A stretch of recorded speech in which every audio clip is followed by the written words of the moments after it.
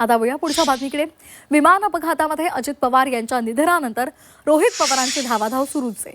रोहित पवार आज दिल्लीमध्ये काँग्रेसचे नेते आणि लोकसभेचे विरोधी पक्षनेते राहुल गांधींची भेट घेण्याची शक्यता आहे. यापूर्वी रोहित पवार यांनी दिल्लीमध्ये अरविंद केजरीवाल यांची भेट घेतली, त्याचबरोबर अखिलेश यादव यांची सुद्धा भेट घेतली आणि आता रोहित पवार हे राहुल गांधींची भेट घेणार असल्याचं सांगितलं जात आहे. विमान अपघातावर आवाज उठवण्याची मागणी करण्यासाठी रोहित पवारांच्या भेटीगाठी सुरूच आहेत. तर या संदर्भात अधिक माहितीसाठी आपण जाणार आहोत आमच्या प्रतिनिधी उर्वशी खुना यांच्याकडे. उर्वशी, रोहित पवारांची धावाधाव सुरू आहे आणि आज ते काँग्रेसचे नेते आणि लोकसभेचे विरोधी पक्षनेते राहुल गांधींची भेट घेणार असल्याचं कळतंय. काय या संदर्भातले अपडेट्स आहेत? नक्कीच काल आपण बघितलं की कशा प्रकाराने स्वतः जे रोहित पवार हे मल्लिकार्जुन खरगे म्हणजेच काँग्रेसचे जे सध्याचे चीफ आहेत त्यांना पहिले भेटले आणि आज ते राहुल गांधी यांना भेटण्याची शक्यता आहे.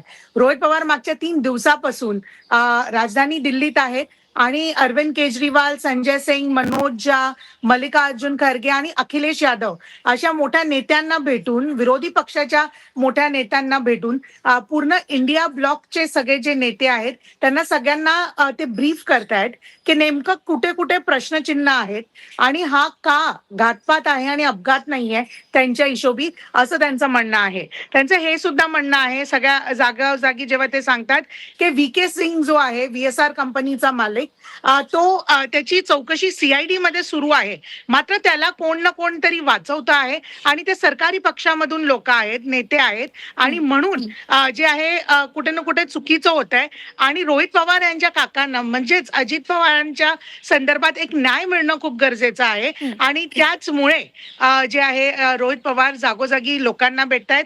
आज संसदेचा दुसरा टप्पा जो आहे त्याचा दुसरा दिवस आहे आणि आज राहुल गांधींना ते भेटण्याची शक्यता आहे. मात्र संसदेत भेटणार आहेत की राहुल गांधी यांच्या निवासस्थानी भेटणार आहेत हे बघणं गरजेचं असेल. निश्चित. धन्यवाद उर्वशी दिलेल्या या सविस्तर माहितीसाठी.